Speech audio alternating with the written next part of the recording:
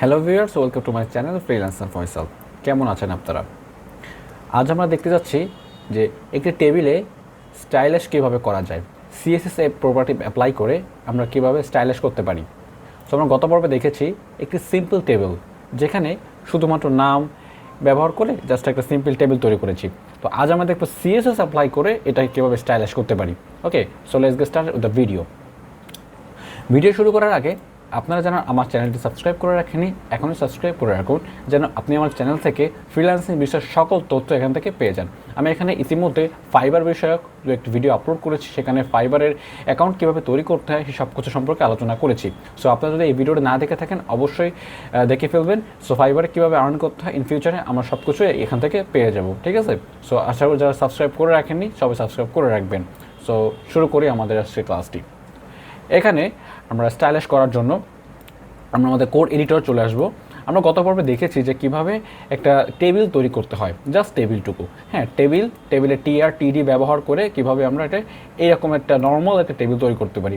আজ দেখবো এটাকে স্টাইলিশ করা। ওকে, এখন স্টাইলিশ করতে হলে আমাদের সিএসএসের মধ্যে স্টাইলার সিএসএসের মধ্যে সব কাজ করতে হবে।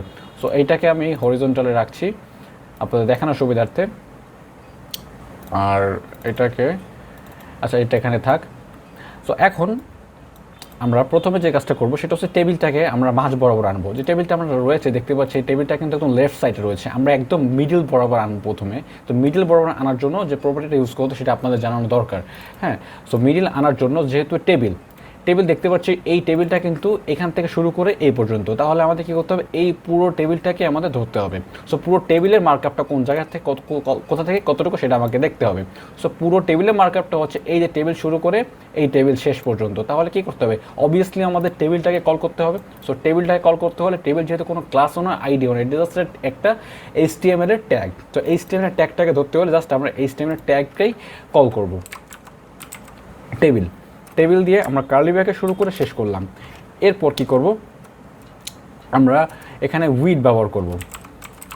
আমরা উইথ কেন ব্যবহার করব সেটা আমি এখন একটু পরে বলছি। সো উইথ ব্যবহার করছি। উইথ আমি একটু বলে রাখি, এখানে কিন্তু অলরেডি একটা অ্যাট্রিবিউট ব্যবহার করেছে, এখানে 3টা অ্যাট্রিবিউট ব্যবহার করা হয়েছে। একটু লক্ষ্য করুন যে এখানে বর্ডার 2 দেওয়া আছে, উইথ দেওয়া আছে 400 এবং হাইট দেওয়া আছে 200। হ্যাঁ, সো এইটা দেওয়া থাকা সত্ত্বেও আমরা কেন এখানে টেবিল ব্যবহার করছি, টেবিলের মধ্যে উইথ ব্যবহার করছি। আমরা চাইলে দুইটিভাবে কিন্তু উইথ হাইট ব্যবহার করতে পারি, কিন্তু আমরা যখন কোনো একটা টেবিলকে সেন্টার বরাবর আনবো অবশ্যই আমাদের প্রপার্টি সিএসএস এর প্রপার্টি উইথ ব্যবহার করতে হবে। উইথ ব্যবহার না করলে সেটা একদম সেন্টার আনা যায় না। আপনি মার্জিন লেফট দিয়ে আনতে পারবেন। তো আমি আপনাদের দেখাচ্ছি অসুবিধা, যদি আপনাদের আমার কথাগুলো যদি প্রথম অবস্থায় বুঝতে আপনার মাথার উপর দিয়ে চলে যায়। সো আমি আপনাদের ক্লিয়ার করে দিচ্ছি। সো যেহেতু আমরা এখানে উইথ ব্যবহার করছি, সো তো আমরা এখান থেকে উইথ এবং হাইটটা কেটে দিচ্ছি। দিয়ে দেখি কী আসে আমাদের এখানে পরিবর্তনটা। দেখতে পাচ্ছি হাইট উইথ কমাই দেওয়ার ফলে আমাদের একদম নর্মাল যে প্রতিটা টেক্সটে যে যতটুকু সাইজ ততটুকু সাইজ নিয়ে উইথ সে এখানে সেট হয়ে আছে। হ্যাঁ, সো আমরা কী করবো, এখানে উইথটা ব্যবহার করবো সিএসএস এর মধ্যে। সো এখানে উইথ যদি আমি 400 পিক্সেল ইউজ করি, 400 পিক্সেল। সো 400 পিক্সেল ইউজ করার ফলে রিফ্রেশ করি, দেখতে পাচ্ছি 400 পিক্সেল আমাদের উইথ হয়ে গিয়েছে। আবার যদি এখানে হাইট ইউজ করি, সেম হাইটটা ইউজ করছি, হাইটটা এখানে 200 পিক্সেল ইউজ করি, দেখি কী পরিবর্তনটা আসে। রিফ্রেশ করছি, আমাদের হাইটটাও চলে এসছে কিন্তু 200 পিক্সেলের মধ্যে। এবার কি করব, আমরা এই যে টেবিলটাকে মাঝ বরাবর আনবো। এখন মাঝ বরাবর আনতে হলে জাস্ট আমরা একটা যে সিএসএস এর প্রপার্টি লিখবো সেটা হচ্ছে মার্জিন 0 অটো।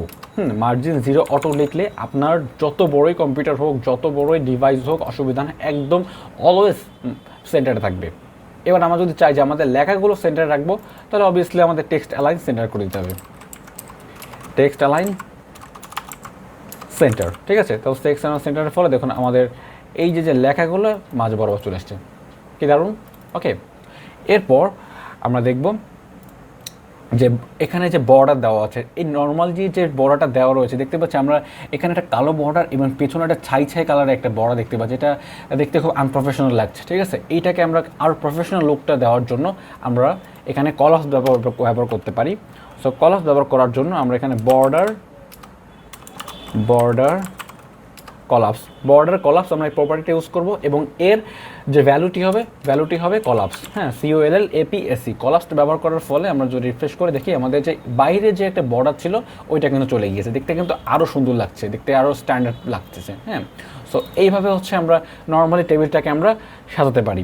এরপর যদি মনে করি যে আমাদের বর্ডার এই যে বর্ডারটা আমরা একটু মোটা করতে পারি বা বর্ডারের কালার ইউজ করতে পারি, সেইগুলো কীভাবে করবো? আমরা টেবিলটাকে কল করি, আমরা যেহেতু একটু CSS এর মধ্যে কাজ করছি ওইটা উঠিয়ে দিলাম। এখন বর্ডারে চাইলে আমরা বর্ডারটাকে আরও মোটা করতে পারি এবং বর্ডারের কালারও চেঞ্জ করতে পারি। তো তার জন্য কী করতে হবে? জাস্ট এখানে প্রপার্টি লিখতে হবে বর্ডারের কাজ আপনারা যারা এখনও জানেন না, আমরা কিন্তু আপনি কিন্তু আমার এই টিউটোরিয়ালের পেছনের পর্বগুলোতে আমি দেখিয়েছি বর্ডারের প্রপার্টিটার কাজ কী। সো আপনারা যদি সেই জিনিস না দেখে থাকেন অবশ্যই আমার চ্যানেলে গিয়ে বর্ডার লিখে সার্চ করলে পেয়ে যাবেন, ঠিক আছে? সো এখন বর্ডার লিখবো, বর্ডার প্রপার্টি লিখে এর ভ্যালু হচ্ছে 1 পিক্সেল 2 পিক্সেল যাই দেন না কেন, এখানে একটা ভ্যালু লিখতে হবে 3 পিক্সেল লিখছি আমি দেখানোর জন্য, মোটা করার জন্য। হ্যাঁ, 3 পিক্সেল সলিড আমি এখানে ইউজ করছি আচ্ছা এখানে গ্রিন ইউজ করছি, ঠিক আছে? গ্রিন ইউজ করে এবং রিফ্রেশ করি, দেখতে পাচ্ছি আমাদের যে বর্ডারটা কিন্তু মোটা হয়ে গেছে। হ্যাঁ, 3 পিক্সেল দেওয়ার ফলে 3 পিক্সেল মোটা হয়ে গেছে। আমরা যদি এখানে ভ্যালু আরও ইনক্রিজ করি 5 পিক্সেল ইউজ করি, 5 পিক্সেল ইউজ করি, তাহলে দেখতে পারবো যে আমাদের এটা কিন্তু 5 পিক্সেল হয়ে গিয়েছে। ওকে, তো এটি ছিল আমাদের বর্ডারের কাজ। এখন আপনাদের মধ্যে একটা প্রশ্ন আসতে পারে যে আমাদের বর্ডার ইউজ করেছি, কিন্তু বর্ডারটা শুধুমাত্র এই যে 4 কোণ স্কোয়ার বা চারপাশে বর্ডার চেঞ্জ হয়েছে, কিন্তু আমাদের নামের পরে যে বর্ডারগুলো রয়েছে বা এই যে প্রত্যেকটা ডেটার মধ্যে যে বর্ডারটা রয়েছে, ডেটার নিচে যে বর্ডারটা রয়েছে, সেইগুলো কীভাবে চেঞ্জ করব? ওকে, সো সেটা চেঞ্জ করতে হলে সেটা আমি এখন দেখাচ্ছি। সো সেটা শুরু করার আগে তো আমি আপনাদেরকে একটা জিনিস দেখাতে চাই। দেখুন, এখানে আমরা একটা অ্যাট্রিবিউট লিখেছি বর্ডার। হ্যাঁ, এই যে বর্ডারটা লিখেছি, এই বর্ডারটা যদি আমরা এখানে যদি চাই যে আমরা স্ট্যাটিক মানে কি আমরা HTML ট্যাগের মধ্যে অ্যাট্রিবিউট ইউজ করে যদি লিখতে পারি, অসুবিধা নেই। আবার যদি চাই টেবিলের মধ্যে CSS এর মধ্যে লিখতে চাই, লিখতে পারি। CSS এর মধ্যে লিখলে অ্যাডভান্টেজটা হচ্ছে সেখানে আমি কালার যা খুশি চেঞ্জ করতে পারতেছি, কিন্তু অ্যাক্টিভিটির মধ্যে থাকলে অতটা পারছি না। সুতরাং আমরা এটাও কেটে দিচ্ছি। তো এটা কেটে দেওয়ার ফলে দেখি আমাদের কি পরিবর্তনটা আসে।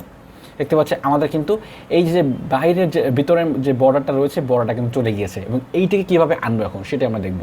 সো এইটাকে আনার জন্য আমরা 3টা প্রপার্টি একবারে কল করব। আপনি যদি একটা করে করেন অসুবিধা নেই, 3টা প্রপার্টিও একবারে করা যায়। আমি যদি 2টাই দেখাচ্ছি। সো প্রথমে যদি টেবিলটাকে ধরি, টেবিলে তো অলরেডি বর্ডার দেওয়াই আছে। হ্যাঁ, টেবিলে 5 পিক্সেল বর্ডার দেওয়া আছে। আমরা যদি টেবিলের এই যে TR, হ্যাঁ TRটাকে ধরি, না TH আর হচ্ছে TD, জাস্ট TH আর TD এই দুটোকে ধরতে হবে। হ্যাঁ, সো THটাকে যদি আমরা বর্ডার ইউজ করে 2 পিক্সেল আপনার দেখানোর উদ্দেশ্যে সলিড এখানে রেড ইউজ করে দেখি কি পরিবর্তনটা আগে আসে। দেখতে পাচ্ছি আমাদের TH দেওয়ার ফলে টেবিল হেডটা বর্ডার পেয়েছে, এইগুলো কিন্তু পাইনি। এইগুলো যদি আমাদের আবার পাওয়াইতে হয় তাহলে যদি এইটা টেবিল হেড মানে হচ্ছে এটা, হ্যাঁ নেম ক্লাস রোল ইয়ার, মানে এটা কোথায় নেম ক্লাস রোল ইয়ার, এটা হচ্ছে টেবিল হেড।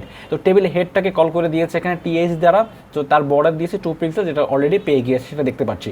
এরপরে যে আমরা ট্যাগটি লিখেছি সেটা হচ্ছে TD মানে টেবিল ডাটা। সো টেবিল ডাটাকে যদি আমরা কল করতে চাই তাহলে আমরা আবার এখানে যদি লিখি TD, তো TD লিখে আমরা সেম প্রপার্টি যদি এখানে ইউজ করি, বর্ডার ইউজ করি 2 পিক্সেল সলিড রেড।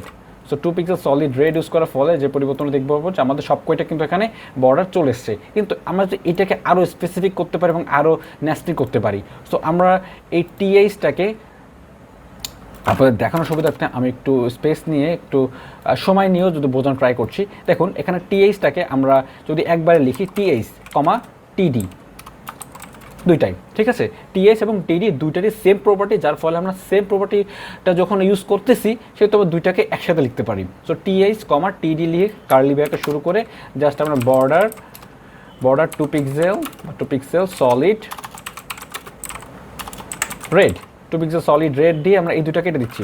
দেখুন আমাদের কোনো পরিবর্তন এখানে আসবে না, কারণ আমরা অলরেডি ঠিকঠাক মতো দিয়েছি। এখানে TH এবং TD দুইটা কিন্তু আমরা এখানে দিয়েছি, ঠিক আছে? তো আমরা কিন্তু এইটাও ক্লিয়ার হয়ে গেলাম যে CSS এর মধ্যে কীভাবে বর্ডারটা আনতে হয়। হ্যাঁ, তবে এই বর্ডারটাকে কীভাবে কালার করতে পারি। আমরা এখানে যদি সলিডের পরিবর্তে ডটেড লিখি, ডটেড লিখি তাহলে ডট ডট আকারে আসবে। সো আমরা এইটা হচ্ছে টেবিলের পর্বে আমি দেখি, সরি এটা আমার হচ্ছে বর্ডারের পর্বে দেখিয়েছি। সো এখানে বর্ডারের যে 5-6টি আপনার প্রপার্টি রয়েছে সেইগুলো সম্পর্কে আমি বলেছি। সো এখন দেখব হচ্ছে আমরা যদি মনে করি যে আমাদের কোনো একটা স্পেসিফিক কোনো একটা ডেটার মধ্যে, অর্থাৎ রাকিব এই ডেটার মধ্যে আমি একটা কালার চাচ্ছি, শুধুমাত্র এই রাকিব এই ডেটা বা এই যে বক্সটার মধ্যে কালার থাকবে আর বাকিগুলো কালার থাকবে না, হ্যাঁ, বা ব্যাকগ্রাউন্ডে কালার চাচ্ছি, একটা ব্যাকগ্রাউন্ডে যে কোনোটা কালার থাকবে এবং এখানে টেক্সটের একটা স্পেসিফিক কালার থাকবে, সেটা কীভাবে করব? সেটি করার জন্য আমরা জানি যে সিএসএস এর মধ্যে ক্লাস ইউজ করা যায়।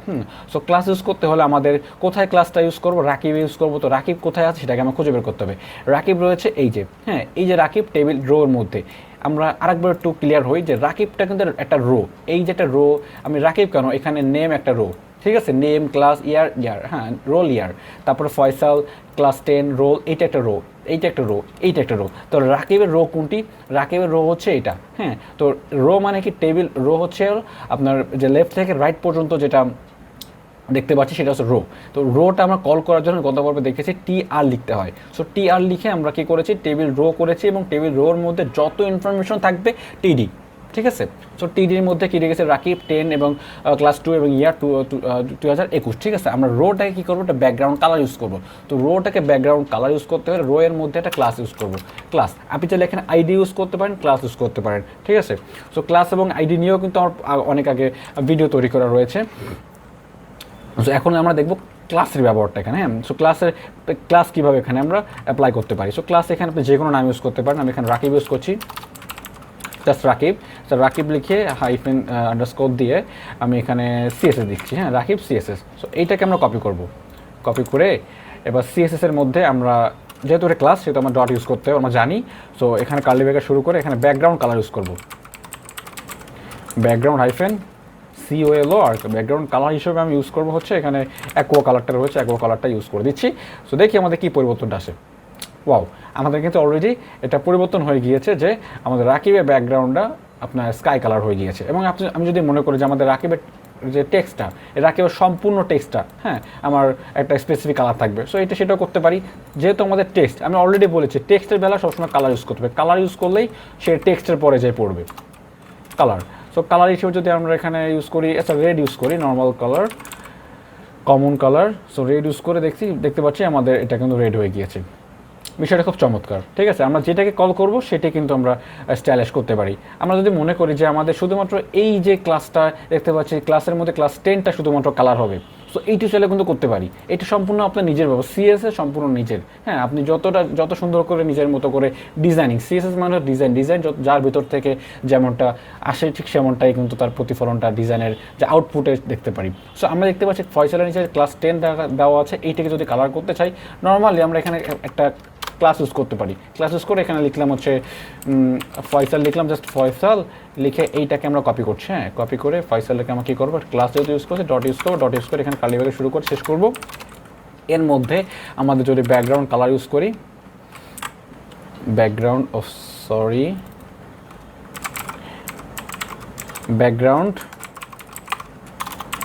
কালার যদি হিসেবে রেড ইউজ করি তাহলে, আচ্ছা ব্যাকগ্রাউন্ড কালার রেড না, ব্ল্যাক ইউজ করছি,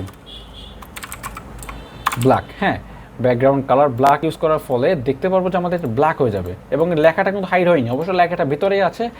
লেখাটা আমরা যদি কালার চেঞ্জ করলেই আমাদের লেখাটা দেখা যাবে। তো এখানে যদি কালার লিখে কালার যদি হোয়াইট ইউজ করি, হোয়াইট, অথবা আপনি যদি হেক্সাকোড ইউজ করেন FFF, সো FFF ইউজ করলে আমাদের লেখাটা কিন্তু কালার চেঞ্জ হয়ে গেছে। সো এইভাবে আমরা কিন্তু সিএসএস অ্যাপ্লাই করে একটা টেবিলের মধ্যে যেমন খুশি তেমন করে আমরা ডিজাইনিং স্টাইলিশ করতে পারবো। শুধুমাত্র টেবিল না, ইভেন আমাদের পুরো ওয়েবসাইটে আমরা সিএসএস ব্যবহার করে আমরা যেমন খুশি তেমন ডিজাইনিং করতে পারবো। সো আশা করছি আমার ভিডিওটা ভালো লেগেছে। আমি এক্সপ্লেন করা ট্রাই করেছি, এখানে আমি সব একটু বড় করেছি ভিডিওটা, অনেকে ধৈর্য সহকারে দেখেছেন, তার জন্য আমি খুবই শুভকামনা জানাই। সো আজকে ভিডিওটা এই পর্যন্ত। আর যদি ভিডিওটা ভালো লেগে থাকে অবশ্যই আমার চ্যানেলটি সাবস্ক্রাইব করে রাখবেন। আর ভালো লাগলে তো লাইক করেই রাখবেন। প্রবলেম হলে কমেন্ট করবেন যে ভাই আমার এখানে বুঝতে অসুবিধা হচ্ছে, আমি ট্রাই করবো আপনাদের বুঝিয়ে দেওয়ার। সো আজকে ভিডিওটি পর্যন্ত, পরবর্তী ভিডিও দেখা হচ্ছে। আমন্ত্রণ, টাটা, বাই বাই।